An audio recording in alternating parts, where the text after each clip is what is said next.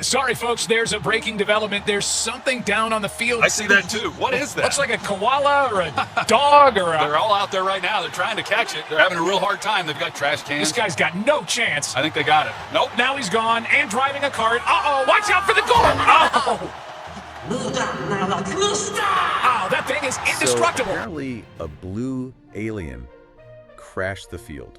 Whoa, hold on. What, an alien? Yeah, you heard right. During the Super Bowl. During the Super Bowl. What does that mean? What does an upcoming Disney movie have to do with the biggest football game of the year? Okay, that's what I was going to ask. Let's find out. All right, let's dive in. So this alien invasion, as some people were calling it, Right. turned out to be a publicity stunt by Disney to promote their new Lilo and Stitch movie.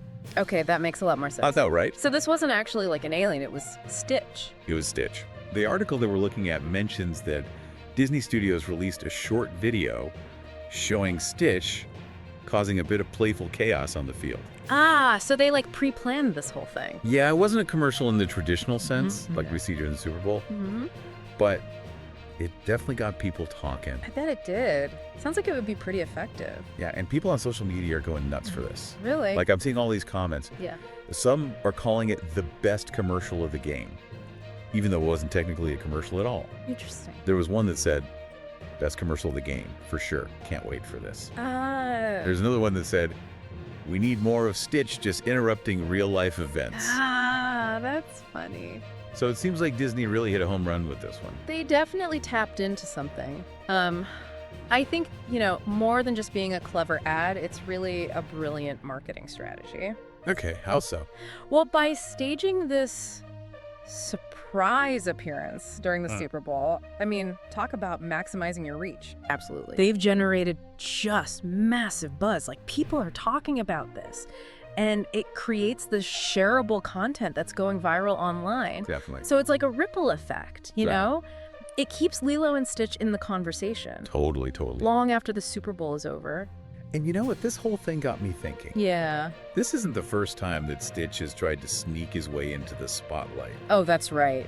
Remember all those, like, unofficial appearances Yeah. he made during the promotions for Moana 2 Mm-hmm. and Mufasa, the Lion King?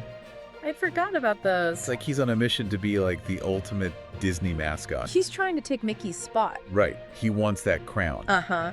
Yeah, But, it is really interesting from a marketing perspective. it is. What they're doing here. Like, they're really playing with our expectations. They're blurring these lines between fiction and reality. And this crashing the Super Bowl thing Right. wasn't just a one-off event. It's part of a larger trend that we're seeing, kind of experiential marketing, Yeah. where brands are creating these immersive experiences that go way beyond traditional advertising. It makes you wonder what they'll come up with next. I know. But this type of marketing, it's not without its risks, right? Oh, absolutely. I mean, what if it backfired? Yeah. What if people found it annoying instead of entertaining?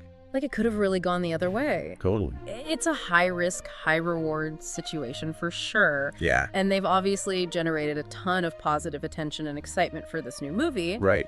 But there's always the potential for backlash. Like, imagine if people saw this as like a cheap gimmick or even disrespectful to the Super Bowl itself. Yeah. It's a delicate balance. It is. But for now, it seems like the gamble has paid off. It seems like it. So let's shift gears for a minute and talk about this new Lilo and Stitch movie. Okay, yeah. We know it's scheduled to hit theaters May 23rd, 2023. Okay. Directed by Dean Fleischer Camp. Oh, all right. The cast includes some familiar names. Zach Galifianakis, Jason Scott Lee, and then some fresh faces. Maia Kealoha, Sydney Agudong. Cool. Just seeing this, it just makes me even more curious to see what they've done with the story. Well, what's interesting to me is that Chris Sanders, Yeah. he's involved in this film. Oh, really? He was actually a voice actor and a co-director on the original Lilo and Stitch. Oh, wow. So having him on board for the new movie kind Yeah. of suggests a strong connection back to that original. That's cool. Yeah. It'll be interesting to see how they blend, the old with the new. Oh, that's a great catch. I didn't realize that he was involved. Okay, so we've got this mischievous alien crashing the Super Bowl, a highly anticipated movie on the horizon, and a marketing strategy that's definitely pushing boundaries. I mean, what's not to love? It's a pretty fascinating case study in modern marketing, for sure. Yeah. But, it also raises some broader questions, right? Like what? about the relationship between entertainment and marketing and even reality. Yeah. That's something that we're going to delve into a little bit deeper in the next part of our deep dive. All right, well, stay tuned for that. Yeah, stay with us. We'll be right back. Yeah. You know, this whole Stitch thing, Yeah. it really highlights how entertainment and marketing are like, they're so intertwined these days. Right. You know, it's not just about selling a product anymore. It's about creating these experiences, these moments that we all share that really capture our attention. It's like they're trying to make these Right. mini events inside of a bigger event. Yes. Like the Super Bowl is already a huge spectacle. Yeah. And then you throw in Stitch running around on the field. Right. Like adds like another layer of excitement, intrigue. It's playing with the very nature of reality, right? Yeah. Like, think about it. A fictional character crashed a real-world event. It's kind of blurring the lines in a way that's It is. intriguing, but maybe a little unsettling too. Yes, exactly. Like, what does it mean for our perception of reality? Right. When these fictional worlds start to, like, bleed into our everyday life, does it make us more cynical, or does it add a little bit of magic? That's the big question, right? Yeah. And it's not just about Stitch at the Super Bowl. I mean, we see this all the time now. Right. These kinds of things. Think about like immersive theater Yeah. or those augmented reality games. Totally. Or even social media filters. Like you can try on different personas. We're all becoming part of this giant interactive story. Yeah, and it's hard to know what's real and what isn't. Yeah. And that's what makes it so interesting from a marketing perspective. Okay, how so?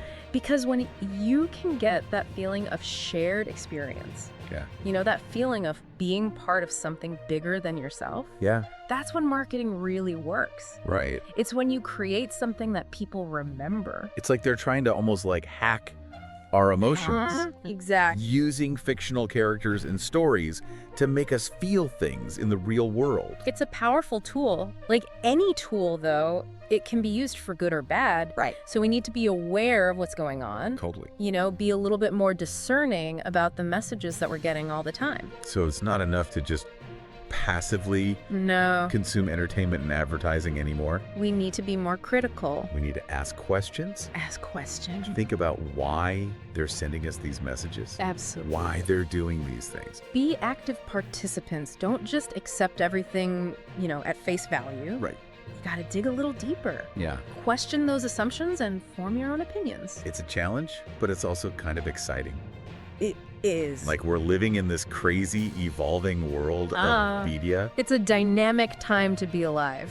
Yeah. And this Stitch thing, Yeah. as silly as it might seem, really shows us what's happening out there. You know what else I was thinking about? What's that? This whole thing relied a lot on nostalgia, right? It did. I mean, Lilo and Stitch came out I know. like over 20 years ago. It's an all movie. And they're bringing him back in this way to make us feel all warm and fuzzy. Oh, yeah. Nostalgia is a powerful tool for marketing. Really? Absolutely. It brings up those good memories and makes us feel good, Okay. you know, and then we're more likely to buy something. So do you think we're going to see more of this in the future? I think it's definitely possible if it worked for Lilo and Stitch. Right. Maybe we'll see Mickey Mouse out there. Yeah. Or Darth Vader, who knows? Crashing a Taylor Swift concert. That's right. Yeah. But it does make you think That- about, yes, like, that- who has the right to bring those characters into our world? Yeah, who owns them? And should they be doing that? Yeah, that is kind of a heavy question. It's a big one. But it is important to think about it. It is. Especially with all this technology. Right. Blurring the lines more and more. So before we get too deep into the existential implications of Stitch at the Super Bowl, Right. what do you think about this? Yeah. Just from a marketing standpoint. Was it brilliant? Was it over the top? You know, I think it was a clever move. They got people talking about Lilo and Stitch. They tapped into that nostalgia. Right. But it's important to remember that what works for one brand might not work for another. Okay. Stitch is a popular character. People already love Lilo and Stitch. Right. So it's not just the stunt itself. Yeah. It's about who's doing the stunt. It's about the context, the character, the connection. Yes. Yeah. And that's a good lesson for marketers. What is that? It's not enough to just do something flashy. You have to understand your audience. Yeah. Connect with them. Totally. Make them feel something real. I think we've covered a lot today. We have. But there's one more thing I want to talk about. The ethical stuff. Yeah. It's like we're in this weird world now where it's hard to tell what's real and what's fake. Yeah. Especially with something like Stitch. Right. We know it's a marketing stunt, Mm-hmm. but it's still fun to watch. It is. We like to play along. Yeah.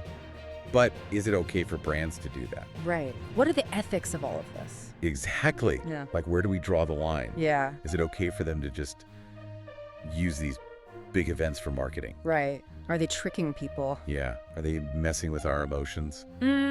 Taking advantage of us? It's tough. There's not always an easy answer. Right. I think a lot of it comes down to being honest Okay. and what they're trying to do. Okay. If a brand is clear about what they're doing and they're not trying to fool anyone, Right. then maybe it's okay.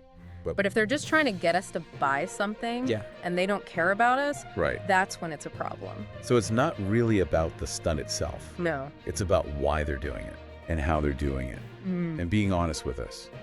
Exactly. Okay, that makes sense. No. So you were saying something about context. Oh, yeah. The Super Bowl is already kind of crazy. It is. So Stitch showing up, Yeah. it kind of fits in. Yeah, like it's almost expected at this point. Right. But imagine if Stitch showed up somewhere else, Right. like a serious place. Yeah. That'd be different. What if he crashed a political thing? Ooh, yeah. Or like a charity event? Right.